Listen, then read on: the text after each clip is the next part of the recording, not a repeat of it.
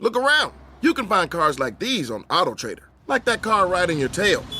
Or if you're tailgating right now, all those cars doubling as kitchens and living rooms are on AutoTrader too. Are you working out and listening to this ad at the same time?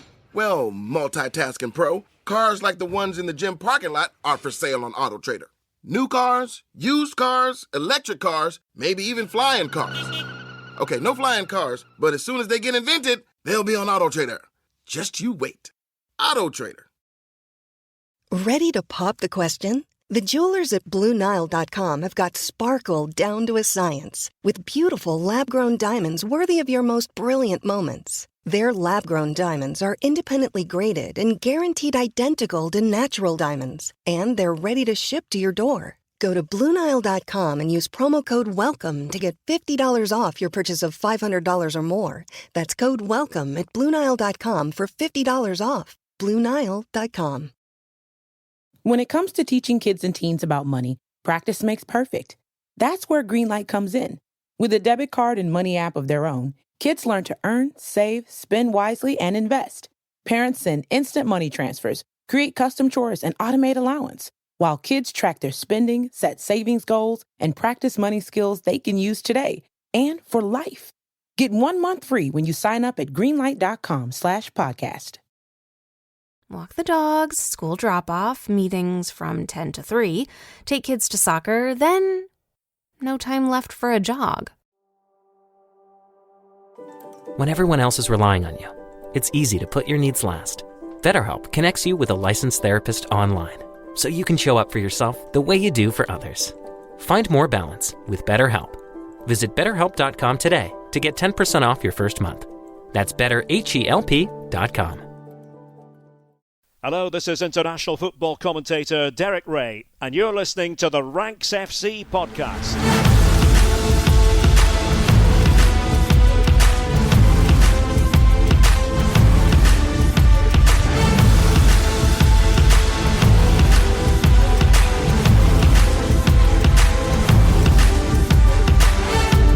Hello Ranks Squad and welcome to Ranks FC. It's the first part of your big World Cup preview coming at you in two separate sections. We're going to walk through every single group of the World Cup that starts on Sunday and give you the lowdown on everything you need to know about each of these 32 teams. My name is Jack Collins and I'll be your host today, and joining me is the rank god, Mr. Sam Ty. How you doing, mate?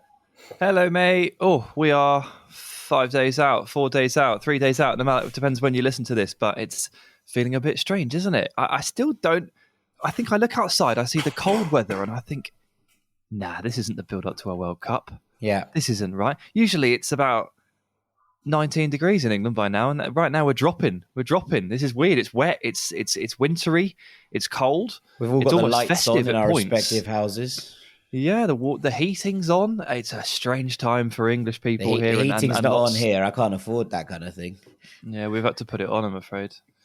Bedroom's consistently 16 degrees when I go to it. It's terrible times. Yeah, no, it's not your average World Cup for a plethora of reasons, but we're gonna just talk through each group nonetheless. And of course, join us as well as our transfer guru, Mr. Dean Jones. How you doing, mate? Oh, I'm excited, mate. You know, it's only a few weeks now till football comes home, and like we've been waiting for this moment for a long time. I thought you were going to be like, it's only a few weeks until the Premier League is back. Like, no, yeah. I'm bang up for this, mate. He sat in his England shirt. I sat in my England shirt. I'm watching the England YouTube channel. The lads all set off to Qatar today. They're going on a plane called Rainbow. Love that. Let's make those Qataris uncomfortable, and let's hammer home a few messages along the way during this World Cup. Obviously, this tournament probably shouldn't be there, but it is. It's going to happen. So now people have got to make a stand as they go through. They're going to wear armbands throughout the tournament, rainbow armbands. They'll get fined for it. They don't care. Whatever happens along the way, people are going to make some statements, and I'm sure there'll be loads of storylines unfolding during this tournament. But one of them will also be that England are finally World Cup winners again, and that's the one that I'm most excited about. Honestly, the raging overconfidence is always the thing that makes me happiest. But it is one of those things, and you're right. And there are going to be statements throughout this tournament. And FIFA coming out last week and being like, "Can we focus on the football, please?" is the equivalent of someone being like.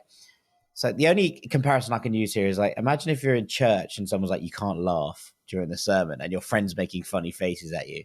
It's like, as soon as you said that, it's like, well, obviously it's going to happen now, isn't it? Like, what a ridiculous statement to make. People are allowed to do whatever they want. That's kind of how life works. So sorry, FIFA. You don't control us. You've tried. You've really, really tried. But it's not going to work. Right. Well, we've got a lot to get through, so let's rattle into this and let's start with Group A. Each group, I think what we're going to do is we're going to take the highest ranked team and work our way through the group and see kind of where we fall. So Group A is obviously the Netherlands, Senegal, Qatar, and Ecuador. And we'll start with the Netherlands. So DJ, over to you.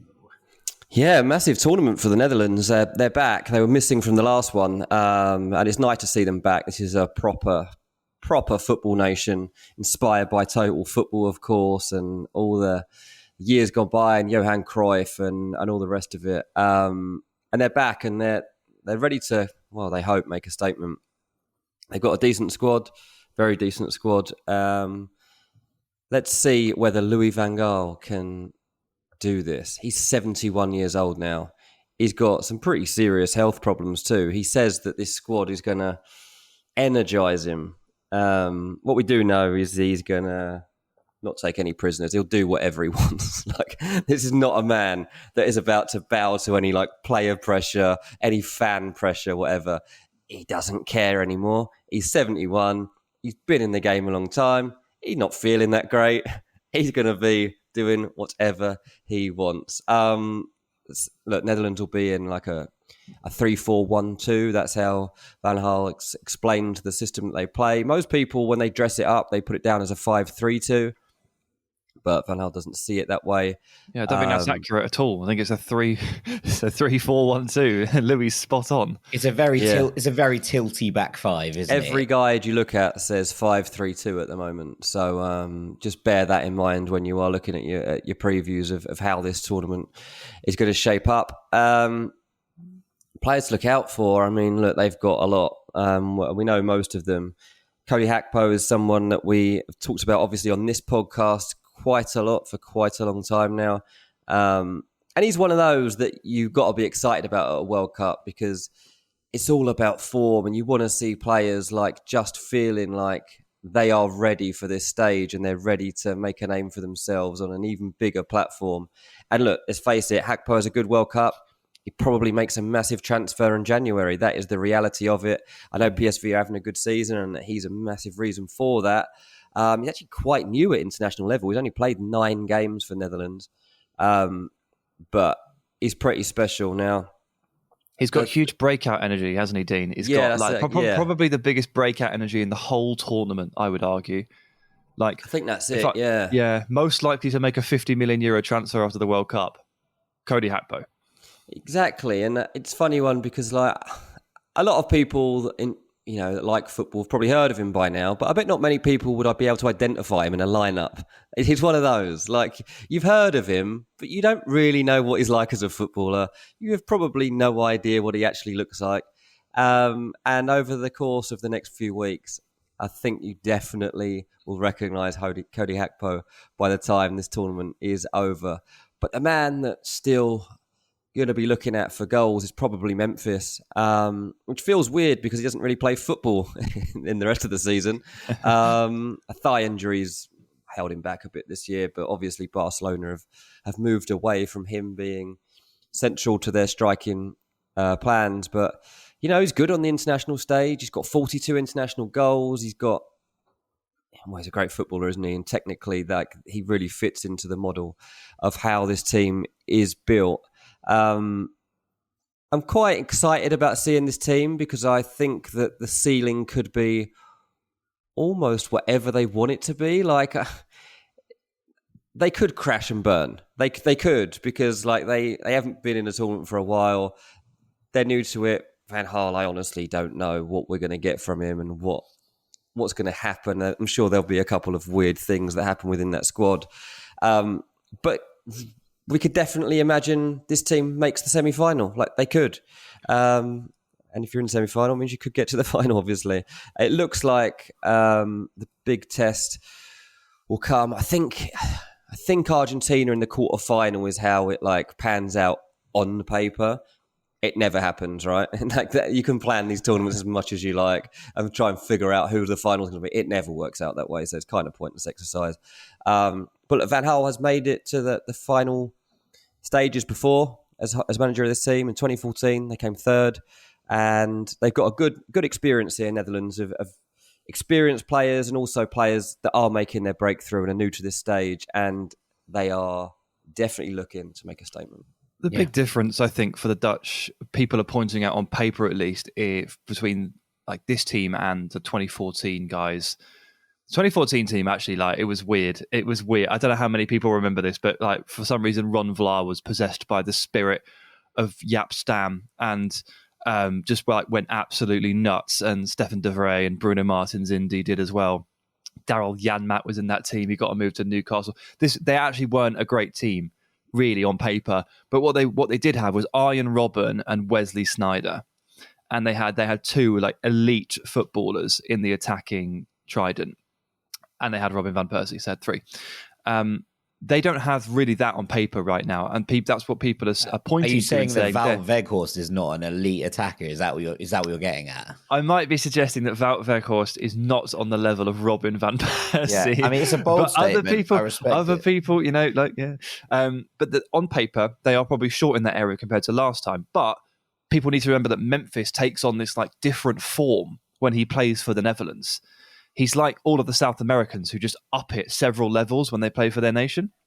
It's really interesting to see a European player have that trait. He just goes up a notch.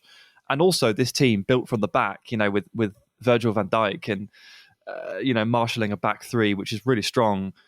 And Frenkie in the middle. Like, this is a better overall team than 2014. It might lack the strike force on paper, but Memphis and Cody Gakpo are serious. Bergwijn is a seriously good footballer, and they're built through really nicely. I see semi-final hype, and I struggle to disagree with it. I see people saying dark horse.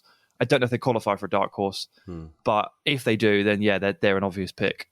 Yeah, I'd agree. I'm with Dean on if they come up against Argentina, then that's going to be very, very interesting. But just the way that this tilts, the way that Denzel Dumfries gets forward, and they play with Bergwijn tending to drift over to that right-hand side, which means that sometimes Dumfries inverts and goes inside and basically plays as a second nine. We've talked about that before with him at Inter. He loves to get in the box. He thinks he's a forward, yeah. But they will do that, and Daley Blind will tilt a little bit backwards to make it a back four when they're going forward.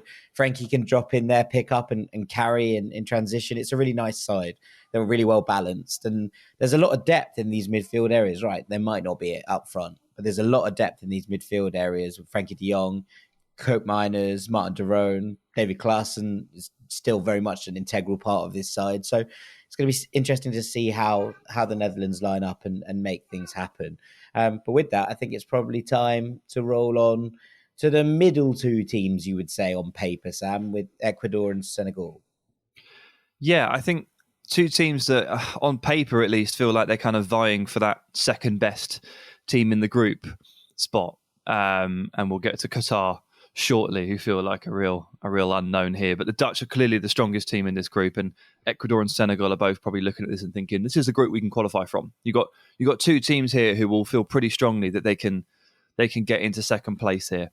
Now, Senegal obviously have had the tragic news recently that Sadio Mane has picked up an injury, and he's still going, but we don't really know how fit he's going to be. And what it's done is it's washed away a lot of the really well-placed optimism around this team that they could maybe go on and achieve something really special here. Like, African nations have never won the World Cup. I think the furthest they've ever got is a quarter-final berth. And this Senegal team felt like they had the potential to get to that point and then see what happens, because they've just been crowned as African champions, Senegal, for the first time in their history. They're riding this absolute wave of optimism. And Sadio Mane then picks up an injury in the penultimate game of Bayern Munich's sort of half term. So now they have to kind of just readjust a little bit. They just have to reassess exactly where they are, and they have to try and get through this group without Sadio Mane, probably. And then maybe they can welcome him back in for game 4 if they get to it. Now, that would be amazing, but they have to do the hard yards without him, which is not what you want because he's so talismanic. But they are a good team. Like, they've built solidly through the middle. You know, Idrissa Gueye, Kalidou Koulibaly, they're a good team. And they have a system, and they'll be reactive regardless. They just need to get much more out of Bouladia up front. They need to get more out of Ismail Assar on the right-hand side, and they'll be okay. And Ecuador have some pretty sharp players too. The way they burst into space, the way that they can counter-attack and burst forward. And Gonzalo Plata, you've got Pervis Estupiñán.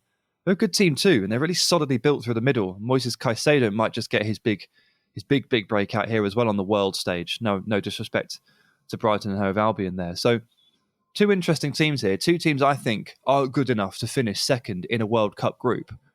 But obviously only one of them can. And actually, Dean, it might be that neither of them do because we have a bit of a surprise package here.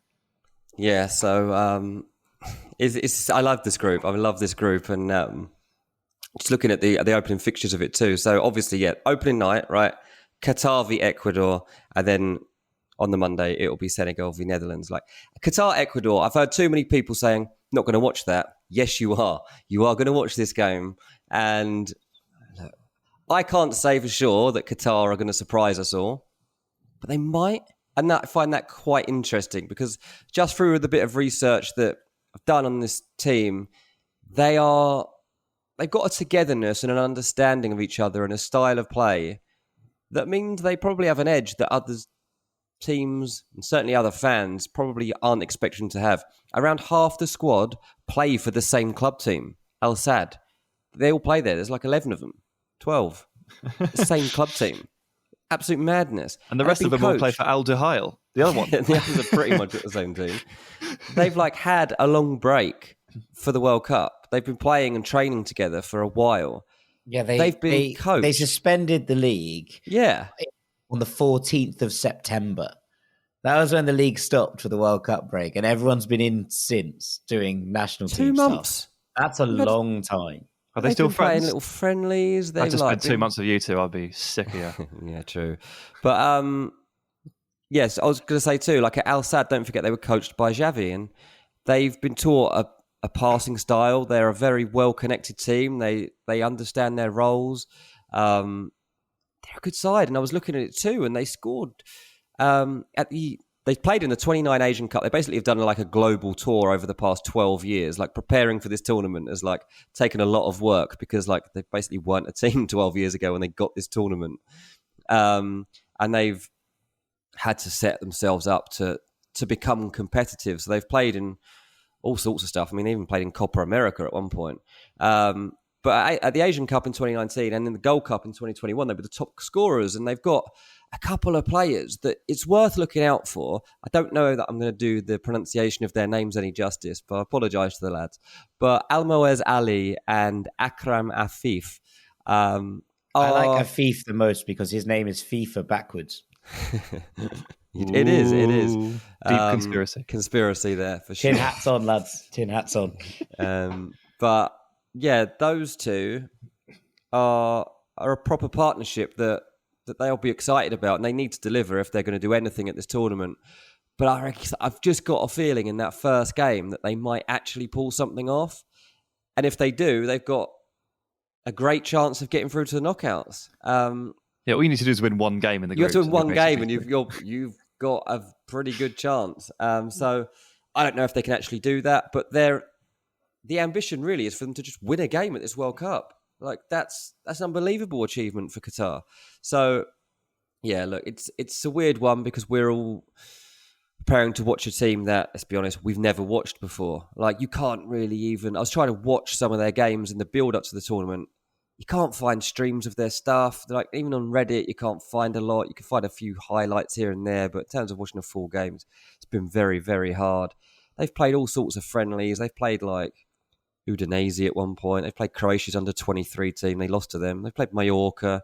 They've played a load of random international teams, as I say. It's a weird one, but just be prepared that they might not be as bad as you think. They might be all right. Yeah, I mean, this is the thing. When you have a team that are drilled and they know exactly what they're going to do, Qatar, there's not going to be surprises as how Qatar try to play here. They're going to try and dominate the ball, they're going to try and knock it around the back, and eventually they'll try and get it to the front too, and they'll expect them to be the players that do things. I mean, Hassan Al Haidos will get a little bit higher up. He plays in the midfield three, but he is one of those players that can play wide. He can play up front and has done at times. He's the one that will get up there to support them. And Anwar Ali, as you say, is the player who will stay kind of central and occupy centre backs, whilst Afif will kind of drift around and kind of allow this team to build up through him, which makes it interesting, I think. But yeah, I'm with you. I've got a funny feeling Qatar get out of this group, and I think this is where we're looking at here is a team that if they can get an opening day win, they're right in the mixer because they know exactly how to play with each other. There's no question marks about how they're going to line up. There's no question marks about how they're going to play. This is a team very, very well drilled in home conditions and home climates who will, and as you say about the two teams that everybody plays for in the squad, who are well used to playing with each other. I just think that these intangibles, if you will, don't sometimes go under the radar in World Cups. And effectively, that ability to just know each other's game and know the game plan, I think might well counter the fact that on paper they're a worse team than some of the others. I'm going Netherlands and Senegal. I mean, that's the safe bet. That's the safe bet, but it's probably the logical one. Yeah. I understand. I think Qatar have got an opportunity, like I said, but I still got to say Senegal. Yeah. Okay, Sam? I didn't know we had to do predictions. Yeah. We're sticking them in. No, yeah, we're ready. ranking the teams. We're ranking the teams. It's called Ranks FC. Oh man, you only got to pick. You only got to pick Netherlands and Senegal, Ecuador, or Qatar. I think it's going to be Netherlands to win the group. And as much as I actually really want it to be Ecuador, I'm also going to stick with Dean and say it's going to be Senegal. I'm going to go Netherlands, Qatar. Yeah, that's my cool. First prediction. Are you missing out on games you'd want to watch because they're not broadcast in your region? Well, let me introduce NordVPN. If you're in the UK, but you'd rather listen to commentary from our old pal Derek Ray, why not give something new a go? Using NordVPN and a click of a button, you can do just that. And the same goes for our US listeners who are desperate for those dulcet tones of Peter Drury or Martin Tyler. There's no need to travel to Japan if you want to watch the J-League, or Austria to keep an eye on the latest youngsters flying off the RB Salzburg pipeline when NordVPN brings it right to you. With 5,000 plus server options, no game is out of your reach. Using our link nordvpn.com/ranksfc, you can try it for a free month. And also, there's a huge discount on their 2-year plan. Walk the dogs, school drop-off, meetings from 10 to 3, take kids to soccer, then no time left for a jog. When everyone else is relying on you, it's easy to put your needs last. BetterHelp connects you with a licensed therapist online, so you can show up for yourself the way you do for others. Find more balance with BetterHelp. Visit BetterHelp.com today to get 10% off your first month. That's BetterHelp.com. On to Group B, shall we? And let's start with England. We've heard how Dean feels about England. This group is obviously England, USA, Wales, and Iran.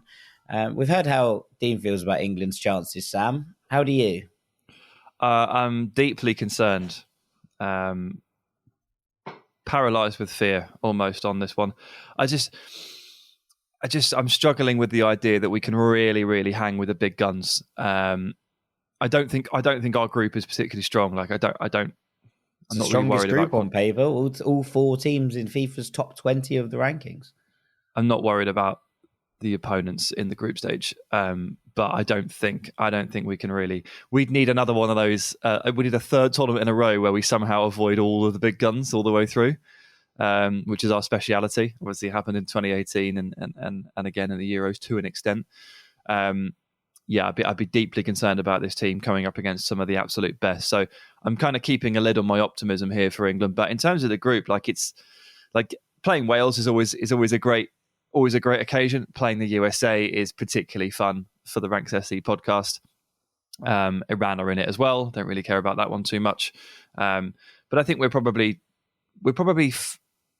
we're shy of the best, not just in terms of, the quality and the confidence, but also just like the form. We've got a couple of players here that we're heading into this World Cup, and I'm thinking, yeah, you could do the business. But we've got a couple who I'm like just petrified of. Like, we can't escape the fact that Harry Maguire is in absolutely dreadful form. We can't escape the fact that, guys like John Stones and Calvin Phillips have had injuries recently. We're missing Reece James. Harry Kane has looked quite tired recently. When does he not look quite tired recently?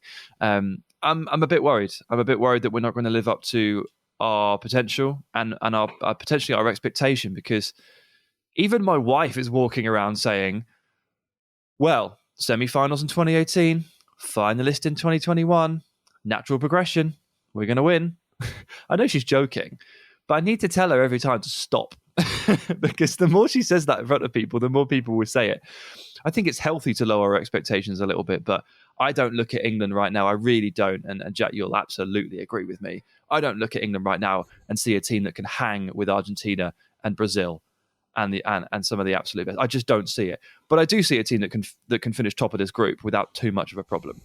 I also don't see a team that are particularly fun to watch or good in many ways. We're good at winning games. You're good at winning games, though, and that's exactly what I would say in England's defense for that, is that England don't necessarily have to be all that good, right? They score goals from set pieces, or did mostly at the last World Cup.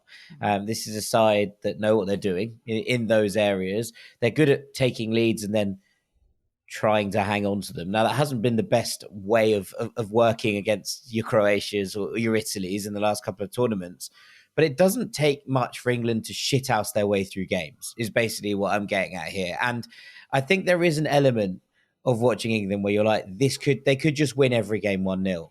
And that's how it could pan out. And so I think there is some part of me that looks at this and goes, could England be in the mixer here for how this pans out? And could England be in the mixer at the sharp end of this tournament? Yeah, of course they could.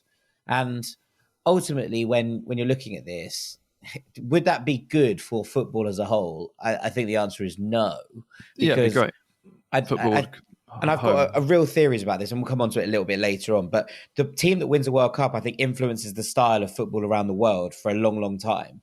And for a team that plays negatively and as conservatively as England to win the World Cup, I think would affect football in a diminishing way across the club game. I think teams would go on from there and be like, oh, okay, so if they can win tournaments like that, then why don't we all just sit in and try and hit teams on the counter and win? That's what everybody does anyway. It wouldn't take winning a World Cup for everyone to do that. What did France do in the last World Cup? What did Italy do in the Euros? Three teams win a tournament. How many goals did France score in the last World Cup? We'll score loads of goals. Not that many. Will you? Yeah. And France didn't score that many goals, by the way. There's one game I think where they scored. We're a good team. Like, you're talking about us. Like, you're trying to play us down a bit here. Like, I'm not. You're saying we're going to shit our way through a tournament. I Mate, think we're that's exactly very good. how you're going to play. Like, no, it's not. We will be reactive and we'll be cautious. Jack, that's a difference. I think the point you just made about the World Cup with its influencing football was true about 12 years ago, but I'm not sure it's true anymore. Okay. All right. Well, I think you look through the history of the game. Yeah, the key is history. Massive. The key word is history. Okay, but history influences the present. I think that's massive. No, but we've got bigger figures that are influencing football more firmly nowadays, like Pep Guardiola and club level managers. Because yes, the World Cup used to be the pinnacle of football. It used to be where the best play. That's no longer the case. The point is the Champions League is now where the absolute best play. That's fine, but it's still the most watched tournament on earth. It's still the one with the biggest prestige. I'm with you on it being most watched, but that doesn't. I mean, every coach in football watches the Champions League final. Every coach in football watches the World Cup final. Like, it's not a greater degree of people with coaching knowledge that are that's not really how it works for the influence. I do think that we're beyond that point now. England would not ruin football for the next 10 years because Pep Guardiola still exists in England. Next 4 years. Hang on, someone else will win it in 4 years' time. It'll be fine. At least you're saying we're going to win it, so that's good. I said that England have a fair shot, which I don't think Sam got to. You know, I don't see a team who are exciting and good to watch here, but I do see a team that know how to play in tournament football. Yeah, look, we're really good at tournament football, and the thing that will hold England back is that I don't think the team believe that they can ever win a final, depending on who they're up against. Like, that was the thing that you look at the last two upsets, like Croatia were technically superior and probably had a better mindset on the day in the semi-final, like despite England taking an early lead. The early goal from Trippier probably killed them in a way because it changed the game plan. And then against Italy, we went in at half-time thinking we were, kings of Europe. And then Italy were like, there's still a long way to go. And the mindset changes. And as soon as England have doubts in their mind, that's when our big problem always comes. Like, as soon as anyone in England, like, it doesn't matter whether you're doing a different job to football, we have a weak mentality as a nation and we can't deal with doubt. Okay. This is one thing that America, we'll talk about in a minute, they have it over us, is that Taylor was brought up to believe that she was the part of the greatest country in the world. Like, they are just taught to believe that they are the best no matter what they do. We are not brought up like that. We're not brought up like that. And it does affect everything that we do. It's been changing slowly in football. Like, we've got a great women's team now too. And in other sports, we've been doing well. Won the cricket the other day, I saw. But for this men's, was glued to it, as you can imagine. Yeah, I didn't see a second of it, but I saw we won it. I was like, well, that's good. I mean, at least we're winning stuff. But if we were to go up against Brazil or Argentina in the final, I would imagine they'd have a stronger mentality to believe they could win that game than probably we would, because we would be talking about, can we do it? Will it be the fast fate? And all those things will be on your mind. And when it comes to penalties, we'll miss one. That's probably the reason I'm most scared of the tournament, is that our self-doubt is actually our biggest opponent. Well, there's definitely a case for, like, so Alexis Guerreros from the Cooligans keeps telling me that England are going to get knocked out in the group stage because Wales really want to beat England, like, more than anything in the world. USA really want to beat England more than anything in the world. These are fixtures. These are fixtures that these two teams are going to absolutely target and relish, and England won't be able to deal with it. And then, they're going to get off to a slow start with Iran, and then it's going to spiral out from there. This is very, very much in board with what you were just talking about there, Dean, with the mentality. Reminds me of that stupid scene from Superstore where Glenn, the store manager, says, America is the best. And someone goes, what is America best at? And he goes, at being number one. And that's exactly. it. That's the mentality, and we're just like, we're the worst. Well, let's go on to the stars and stripes. Look, the thing is with the States, they don't like their coach. Nobody has any faith in him, right? So, like, as soon as the squad was announced, across social media, the main reaction from everyone was like picking out players that they weren't happy that were called up, saying, can't wait till we flop so Bearhouter's out of a job. Oh, like us. That's what we did. Cool. So, like, I was going to say, that sounds familiar. While there are reservations about Southgate for England, at least he's got a track record of actually doing well, and he's got a plan, even if it is a bit cagey and reactive, and he doesn't let our great players off the leash. At least he can do that if it comes to it. Like, Bearhouter has struggled to convince anyone he's capable of actually leading this team into a tournament, but at least he's done it. He's come through the adversity and he's actually here, so maybe he feels like he's got nothing to lose at this point. He'll probably be out of a job either way, I'd imagine, after this one. But well, not if they win it.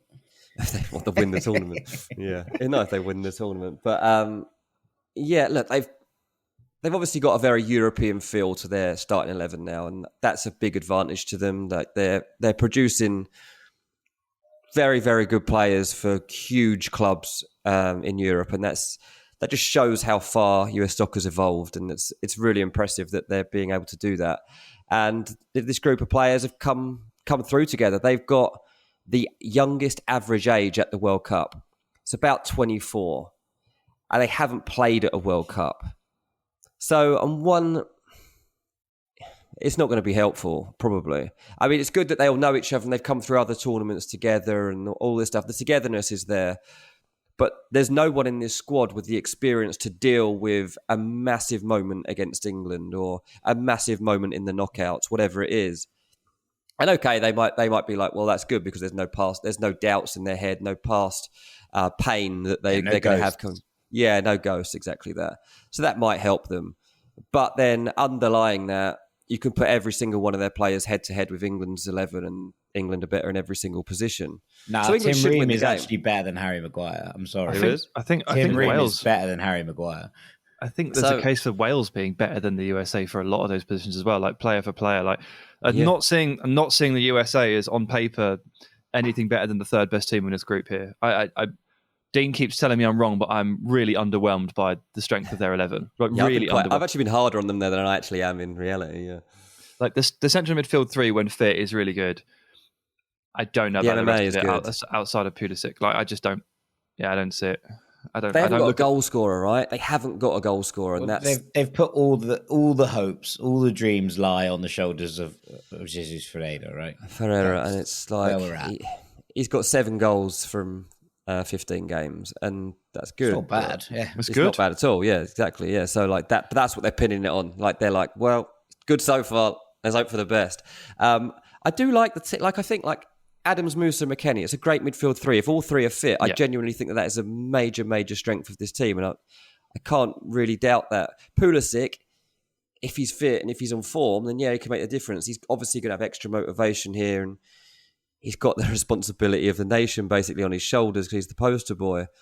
Brendan Aronson, Gio Reyna. Brendan Aronson, and they got, honestly, I think their starting 11 is good. I really do. Like, of course, I'm going to say I expect England to beat them, but I think that this team can get through a group. I see, like, on socials, especially USMNT, like, accounts on Instagram, picking out, like, things that have been in the past said and written in England about the US, and how the last time we played them at the World Cup, we were, like, quite detrimental, and, like, it's just America, we make fun of them and stuff, makes fun of soccer or whatever. Like, that's not really going on anymore. So, like, if you think that, like, England are, like, completely, like, undermining you, thinking that you're clowns, like, that's not really the case. Like, of course we expect to win that game and we expect to win the group, but no one here is like, oh, well, US, that's 4-5-0. Like, I'm not expecting that at all. No, not again. We couldn't score 4 goals in a game. 4 goals. How was the last time that happened? It'd probably be 1-0. It'd probably be 1-0. Like, to the US. Okay. If the Hoover Dam is playing, Tim Ream and Cameron Carter-Vickers, then who's going to score? Who's going to score against that? My answer is nobody. US don't concede a goal in the group stages. Bold predictions out loud if the Hoover Dam plays.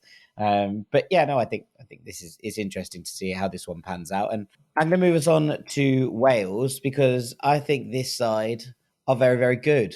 I'm really excited about how Wales play here.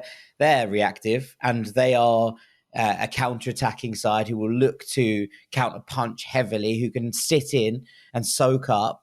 And I think that Wales are very, very good at it. This is a team that's built on this mentality. They will be built around target men, players playing off them, and off these 2 wing-backs who will fly forward constantly. You look at the attacking core here, and you look at Gareth Bale, obviously, you look at Brennan Johnson, you look at Kiefer Moore. Now, look, I've been very, very critical of Kiefer Moore on this podcast before, and I don't think he's the world's best player, but I think he's incredibly useful in this setup. What they ask him to do is to be a traditional focal point number 9 target man, and what we're seeing from him in this Wales setup is exactly that. And if you have players like Brennan Johnson, like Nico Williams, like Connor Roberts, like Gareth Bale, who can put the ball in dangerous areas and Moore can peel off and attack a fullback at the back post, he is going to score goals. And if you add that to the fact that Johnson is a brilliant transitional player who's very, very good at skipping past his man and getting into space, if you add to that Gareth Bale has incredible dead ball ability and also is still Gareth Bale. We saw that when he popped up in MLS Cup despite being on the pitch for about 6 minutes with 10 men to score an equaliser in the last minute. This side can cause damage. And I think that the way that they play, especially against England, will suit this group. I think the fact that they're reactive and fast on the break, I think the fact that they will look to get wide and attack those spaces with the wing backs is going to make it very, very difficult to beat Wales. And I think that everybody is susceptible to sucker punches from them. Now, we could probably say something similar for Iran in terms of how they look to soak up pressure, but I think Wales are better at it. And the fact that they have got into the top tier of the Nations League and stayed there, the fact that they have been a threat at the last 2 major tournaments that they've been at, obviously Euro 2016 and then Euro 2021, they've been very good in both. I'm here to look at this Wales side and go, yeah, I think that they are going to cause real problems. I think they're going to bloody some noses, if I'm honest, about how they're going to set up. And I fancy Wales to cause a shock here. I mean, we'll get to it with the predictions, but I really fancy Wales to cause a shock. Did you just say that Wales were very good at the Euros? What, the last Euros? They were awful, absolutely shocking at the Euros. They managed to climb out of the group, but they were like one of the worst teams to watch, like in terms of the synchronicity. Hang on. I'm not talking about in terms of being good to watch. I'm talking about they've overperformed expectations in the last two tournaments gone. They were very good at Euro 2016, of course, but in the last year, they actually played really badly and managed to scrape their. I don't know how they did it, but in terms of like actual team setups, they were atrocious. They were one of the worst teams I watched. I could not have been less impressed with Wales. I remember saying it at the time as well. You have to promise me that they're going to be better than that, because that was tragically bad. I think they're a very good side. I think they're a very good side, very well managed, and they know what they're doing. There was a lot of chaos before that tournament with the turnaround. Given the fact that it was all up in the air, I think they did really well to get to where they got to. I think they overperformed expectations going into the tournament twice. And I think that we're seeing them now as a more cohesive unit that have an attacking brand that they know how to use. Not an attacking brand full stop. They're a defensive team. Let's just make that clear. But that they know how to utilize that with their flick-ons, with Kiefer Moore, with that big number 9 profile in there. And I think that Wales are going to be a little bit of a dark horse in this group. Let's put it that way. I don't think they're a dark horse. I think they're the second best team. They're better than the USA. I think they'll finish second. Yeah, I think they'll finish top. I think they're going to be horrid to play against. Like I hate the idea of having to deal with Kiefer Moore. He elbows you, he jostles you, he wins headers from corners. They've got Bale's set piece delivery. They've got Sorba Thomas's set piece delivery as well to call upon if they want it. Like it's gonna be really uncomfortable to play against Wales. And I never enjoy that fixture whatsoever. I'd still back us to win the group, but I think Wales are going to finish second. Yeah, I'll just quickly gloss over Iran, who are also in this group, and people won't be giving them a chance. I mean, they've got a bit of a golden generation, Iran, and this is basically them in their prime. It's probably their last chance to actually do something. It's their 5th appearance in the last 7 World Cups, which is pretty good record. Carlos Queiroz is back at the helm. He's come back in to take charge. And look, someone like experienced like that as a tactician, like it's got to help them. The last coach had serious problems during qualification stuff, like literally falling out with key players. Like it was not a harmonious squad at all. So yeah, look, Iran they'll use 2 up top. I spoke to someone who covers Iran, and I said, like, what do we expect of this team? And he said there'll be 2 different approaches. Like against England, they'll just try to soak things up and play on the break if they can, but ultimately try and get a draw. And if they can't, then a narrow defeat. And then in the games against Wales and USA, they'll actually try to get something out of those games. And basically they'll send crosses into the box and hope that they can rely on their strikers. They've got Mehdi Taremi, who's obviously a great forward for FC Porto. He's very good, and Sardar Azmoun is fit as well, which is obviously very, very important for this team. So they're not terrible. They'll probably like narrowly lose games, I would imagine. But this group is not going to be great fun to watch. I think it's probably the key element. There's no not side for you, in here. Because we'll be battering everyone, mate. Oh yeah, but there's no side in here that's going to step on and take it to people. It's all just like, oh, we're all very reactive. We're all very, I think there's going to be a lot of 1-0s and 0-0s in this group.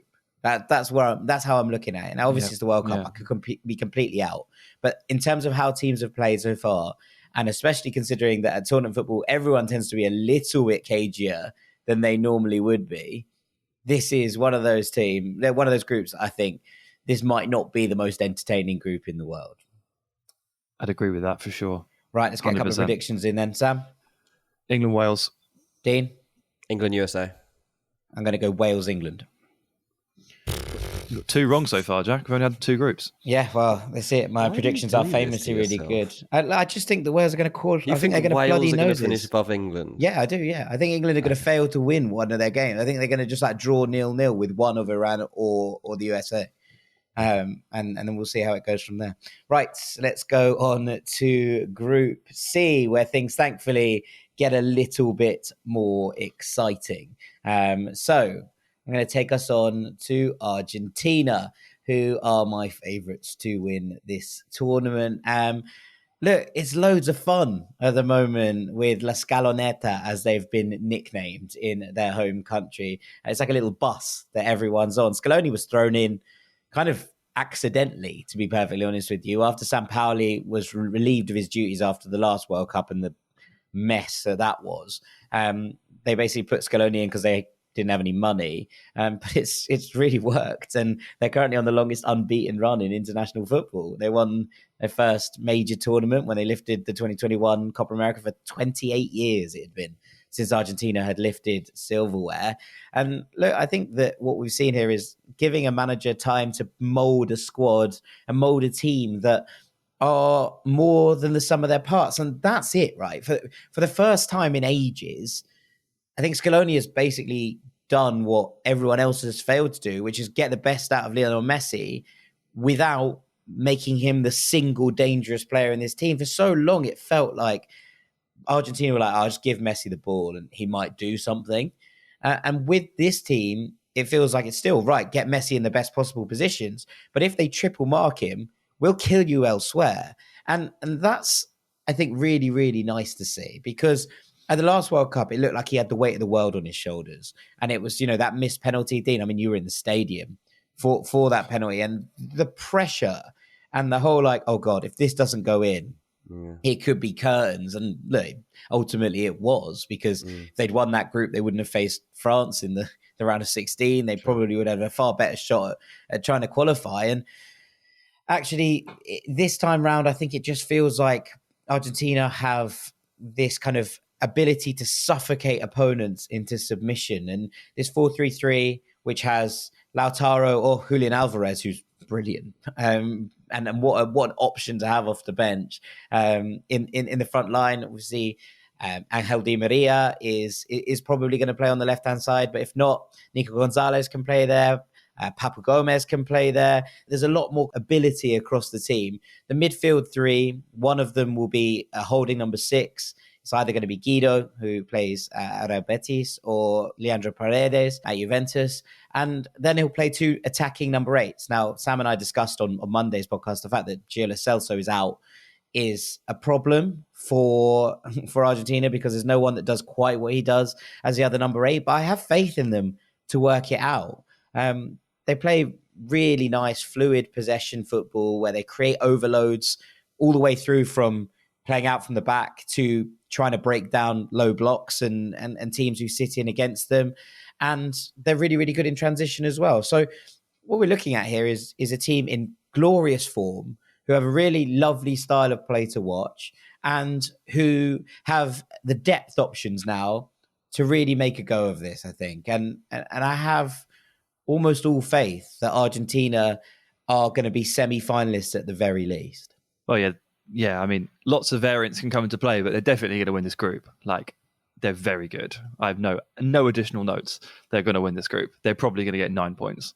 Yeah, I mean, I can't see anyone holding them up in this group. I mean, you see Mexico and Poland, the two next sides in there, if you will, and then Saudi Arabia are the kind of wild card at the bottom. But let's come on that kind of scrap for second between Mexico and Poland before I bring us back to Saudi Arabia.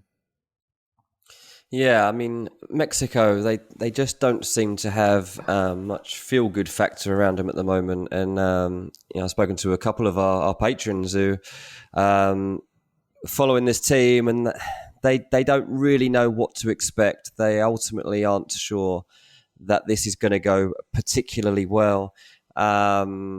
They just constantly talk about this team being inconsistent in recent times in every sense, whether it's the way that they play, whether it's the results that they get. Obviously, like a lot of the time, it's about having Lozano in the wide areas, and that's where they will look to have joy. The good thing for them on the other flank is that they're going to have Alexis Vega, who could have a real breakout tournament too. Like, he's a player that I've got down to watch in this tournament. He's creative. He's quick. He's got something special about him, and he is another one of those players that could break through. And Mexico really need a spark, it seems like, at the moment. They really just need something to happen. Now, their main aim just has to be to get out of the group, and like they're obviously going to be contenders to do that. I don't know, man. They do usually make it to the last 16. And no further.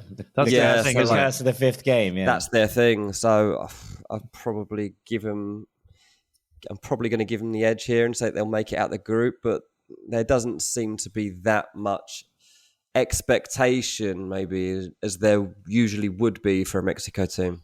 Yeah, and that's where Poland step in as like probably like, you know, the favourites for second spot, but they're also trying to defeat their own kind of inner demons to a point as well. I mean, they haven't actually made it to the knockouts of a World Cup since 1986, and they've qualified for a fair few editions between then and now, which means that they are kind of fighting against their own history. And there's a kind of like a real like lust in the country. Like we need to make it to this fourth game. Like we got to get there. It's becoming a bit of a thing. Yeah, Mexico have a fifth game curse. Poland have a fourth game curse. Yeah, exactly. One step back. And also Lewandowski just doesn't really have a great record in tournaments. I know that it's really hard to score in major tournaments, and I don't necessarily hold it all against him, but he only has 5 goals in World Cup finals and Euros finals combined.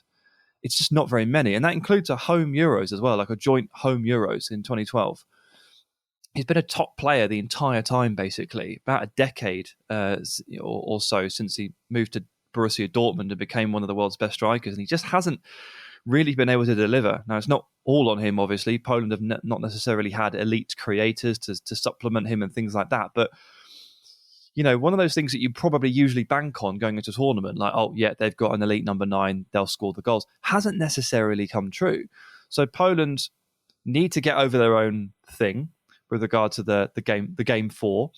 They need to get Lewandowski rolling, and I guess they've got Zielinski at Napoli, who's having a great season.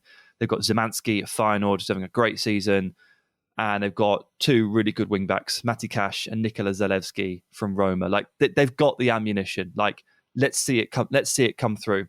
I think with Mexico in relative turmoil, if it's the right word to say, but they definitely don't feel like a together camp, a happy camp, and Saudi Arabia being clearly the 4th best team in this group, it's there for Poland. It's absolutely there for them if they can take it. And I actually really hope they do, because going without the knockout stages for that long, that's not nice. That's tough. Yeah, it's hard. I mean, just coming on to Saudi Arabia, they will fancy their chances of causing a little bit of a shock here. Now, look, I don't think anyone is sitting there thinking that they're going to beat Argentina, but I think they'll look at that Mexico team in a bit of turmoil, as you say, and they'll look at this Poland side and go, right, well, they haven't got a great record. It's in a familiar climate in a neighbouring country, this World Cup. They had a really, really good qualification campaign. Look, recent results haven't been very good. Let's be perfectly honest with you. But they're another one of these sides that will look not to concede. They'll look to play one on the counter through the wings. They have 2 very, very good, very fast wingers in Salem Al-Dawsari and Fahad Al-Mawalad. And they are rapid, like proper rapid. But both also have that composure in front of goal and that ability to work in small spaces as well. I mean, that's where the threat comes from. They have 3 very good players, those 2, and Salman Al-Faraj, who's the captain and kind of talisman. He plays in defensive midfield, and he's the one that looks to kind of turn defense into attack in transition for Saudi Arabia. They've been very good. I remember him from 2018, actually. Yeah, Al-Faraj. Yeah, he was good, and he'll be good again here, I think. It's not the best team in the world, as you say. They are on paper by far the worst team in this group, but the way they play, I think, gives them a chance. And the way that they'll set up and look to just sort of sit in, they're very, very, they're very determined to get back when they lose the ball. Is one of those sides. A little bit like Ecuador, Sam, is probably the comparison I'd use. They lose it and they're like, right, shape. And I think that what teams will struggle with, maybe Argentina aside, is finding spaces behind them. Now, there have been mistakes in recent games and there have been defensive errors that we've seen, but they tend to cope and they don't tend to concede many goals. And I think that combined with, the fact that it's a local climate and the fact that there'll be a lot of travelling fans supporting them and the fact that they're good at set pieces, maybe gives them, a shot. This isn't a snowball's chance in hell, is probably how I'd phrase it. They have a shot of causing an upset, although I still think it's a long shot. Yeah, big long shot. Absolutely. I'll take Argentina in first with 9 points. Now, I think Poland come out of this in second place and they play their fourth game. Dean? I'm going to go for Mexico just because I want them to. Like, Sam's being far more logical than me, and there's no doubt here. But I just want Mexico's vibes to turn better and that they can help them through. No, I can imagine. A good Mexico team is really crucial to a good World Cup. Oh, it's a joy, it's one of the core ingredients. It's like garlic or onion in any sauce. Yeah, I'd agree. But I am going to go with you, Sam. I'm going to go Argentina and Poland on this one. And with that, let's come on to Group D, which has France, Denmark, Australia, and Tunisia. Dean, are France vulnerable? Well, they are in the centre of midfield because they ain't got their best players there. No Kante and Pogba is a problem. Now, when I tipped them to win the last World Cup, I just looked at it and I was like, I just don't see a weakness in this team. They've just got everything. They've got depth. They've got stars in every position. They've got backups in every position. They've got experience. They've got some players looking to make a name for themselves. And they did. They had everything. And they've still got a lot of it.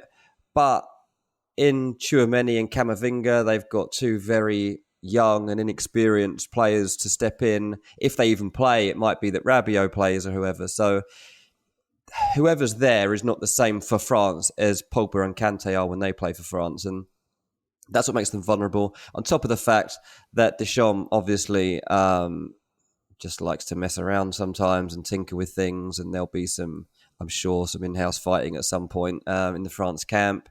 There's Adrien Rabiot's mum will turn up at some point. Yeah, so there's good. always some little subplot to any major tournament. But there's no doubt that they're obviously expecting to go. They're going there to win it, and that's just how the mentality that they have.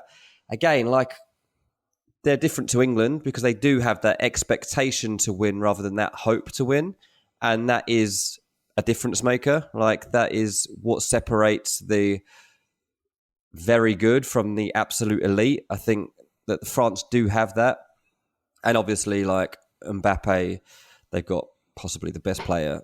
Best young player certainly on the world right now. He could be anything he wants at this tournament if things go for him.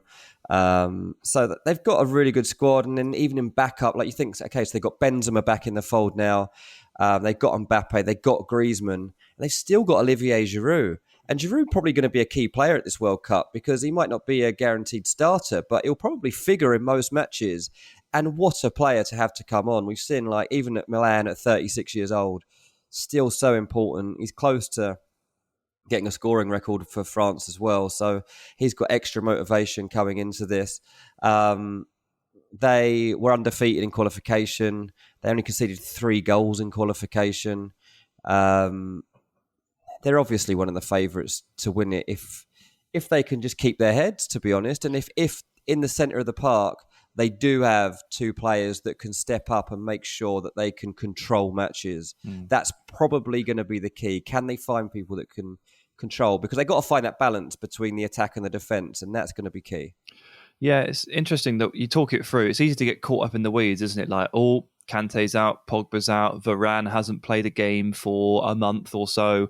They've got injuries. Luka Hernandez is only managed to just come back. It's really easy to get caught up in all of that. And then you just remember, and also obviously they're cursed because the World Cup winners always go out in the group stage in the following edition.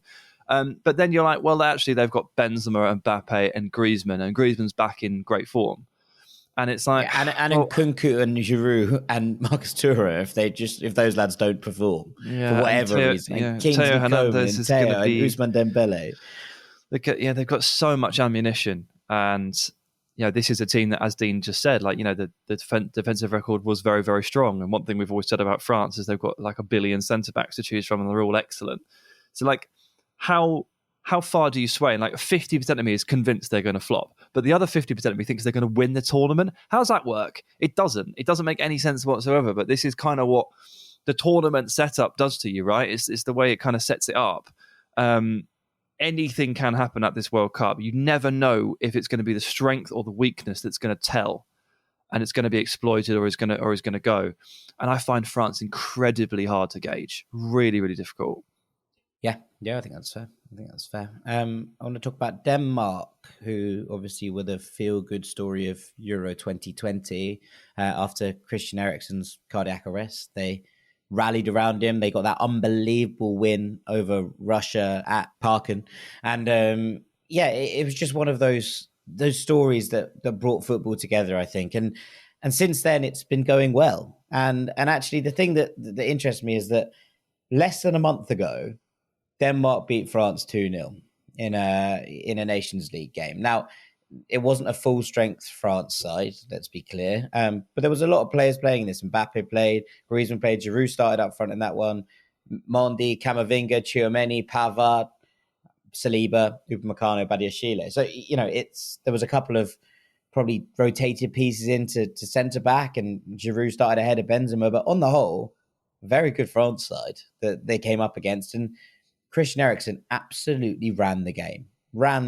And this side, I think, feel comfortable and confident in one of those games where like people are like, oh, they'll never win that group because France are in it. They're like, all right, come on then.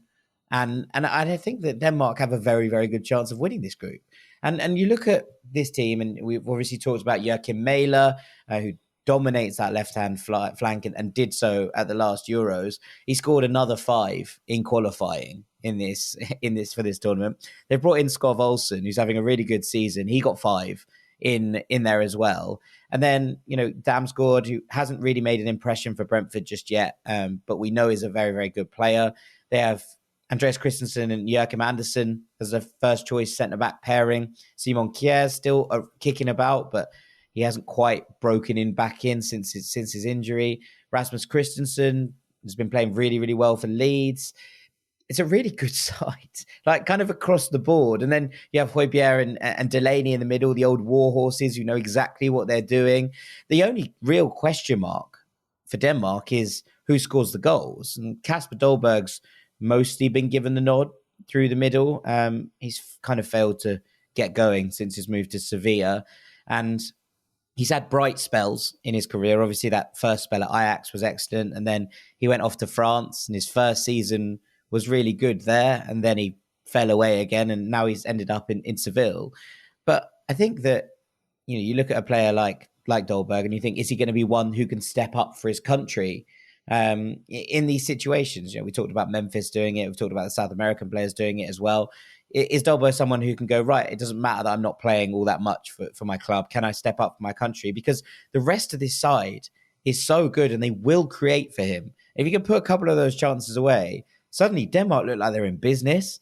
And I think that with all the narrative surrounding this, with the return of Christian Eriksen to the biggest stage in football, I think there's a really good chance that Denmark can repeat that feat from September and beat France to top this group. Because generally, I feel that they're a more cohesive side. There's no in-house fighting.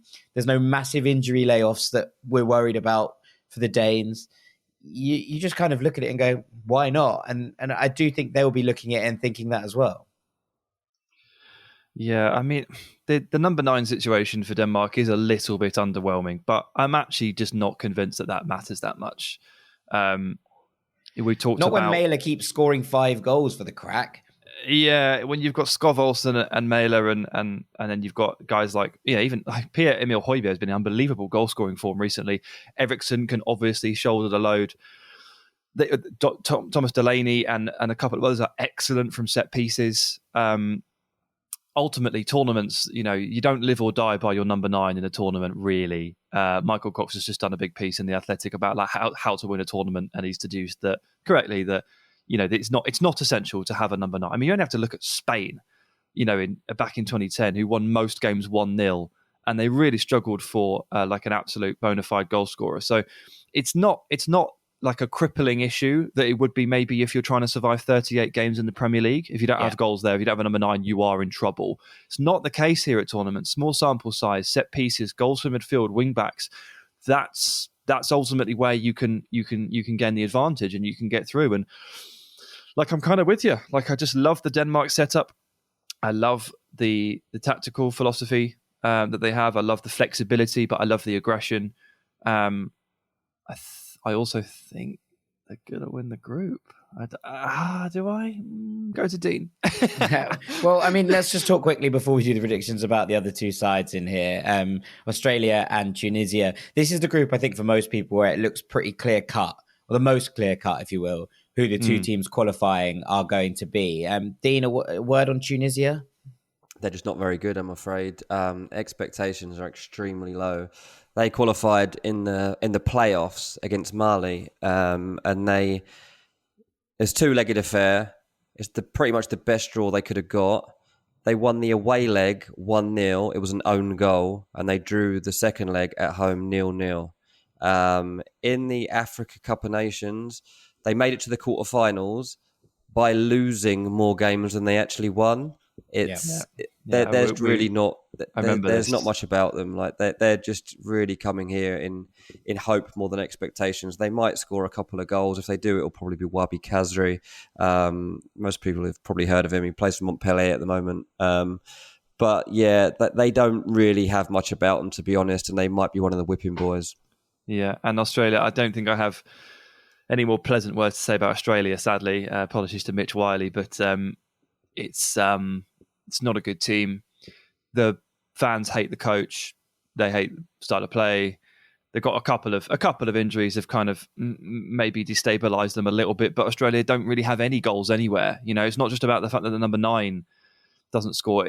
They just don't really do it. And that one of my favourite stats is that, you know, during the actual initial phases of qualifying over in the AFC, Harry Sutar, who is a gigantic centre-back for Stoke City, he scored 6 goals in 10 appearances from set pieces against like Chinese Taipei and Jordan.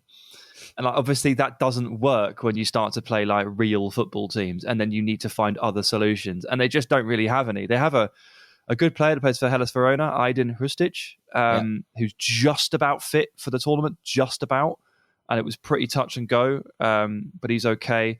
But it's not a particularly inspiring tale, Australia. The football won't be good. The quality isn't quite there, and there's nothing from the technical area, from the managerial box that's really lifting them above their potential level. They do have Jason Cummings though, and when Jason Cummings is in town, you know, everything is better. Everything is better. What a player! That is true. He's not just a meme; he's also a footballer. They do have a potential breakout star in Garang Kuol, who's just signed for Newcastle. I don't think he was even started an A-League game yet. He keeps coming off the bench and scoring braces, though. He will be interesting to watch for the last 20 minutes, so watch out for him. But ultimately, Australia will not inspire in the same way that Tunisia do not. And I don't know what the odds are for, you know, the France-Denmark double qualification here, but they should be in, you could put multiple houses on this and it will come. Like, there's just no threat. But what about the curse, Sam? What about the curse? You can't be putting multiple houses on a cursed team. Oh, that's true, actually. Yeah, that's true. Take that back. Right, that just leaves us with the predictions for the group. Sam, which way are you going? Yeah, go to Dean first, see what he says. Dean? Well, I just think France have got more goal power, so they'll probably win it on the fact of scoring more goals. They'll draw that game and it'll just go down to goal difference. They'll draw with Denmark, and then it'll be down to who scored the most goals than the others. So I'm going to back France to win it in Denmark second. Okay, Sam. It's quite good logic. I'll go with that. I'm going to put the Danes top. I think the Danes win it. No, that's fair. Yeah, I think it's a reasonable assumption. For once here, I'm making a reasonable assumption. Yeah, I'm not going to argue with that one. Call. Well, with that, I think we're going to call this part of the podcast to an end. Part 1, groups A to D finish. You could skip over to part 2, where we cover groups E to H. All that's left for me to do right now is say thank you very much to the rank god, Mr. Sam Tsai. Cheers, mates. Thank you very much to our transfer guru, Mr. Dean Jones. Cheers, mate. I've been Jack Collins, Knave of Hearts. Second part is live now, so head over there to listen to that one. Take it easy, gang. Peace. Gotta walk the dogs, school drop-off, meetings from 10 to 3, take kids to soccer practice, then there goes the extra time for a jog. That's okay. Maybe next week. When everyone else relies on you, it's easy to put your needs last. Therapy is a dedicated time to focus on what you need to be happy, so you can show up for yourself the way you do for others. BetterHelp offers convenient online therapy on your schedule. It's the same professional service you'd get from an in-person therapist, but with the option to communicate when and how you want, by chat, phone, or video call. Go to their site and fill out a brief questionnaire to get matched with a licensed therapist, and switch therapists anytime for no additional charge. Find more balance with BetterHelp. Visit BetterHelp.com today to get 10% off your first month. That's BetterHelp.com. When it comes to teaching kids and teens about money, practice makes perfect. That's where Greenlight comes in. With a debit card and money app of their own, kids learn to earn, save, spend wisely, and invest. Parents send instant money transfers, create custom chores, and automate allowance, while kids track their spending, set savings goals, and practice money skills they can use today and for life. Get 1 month free when you sign up at greenlight.com/podcast.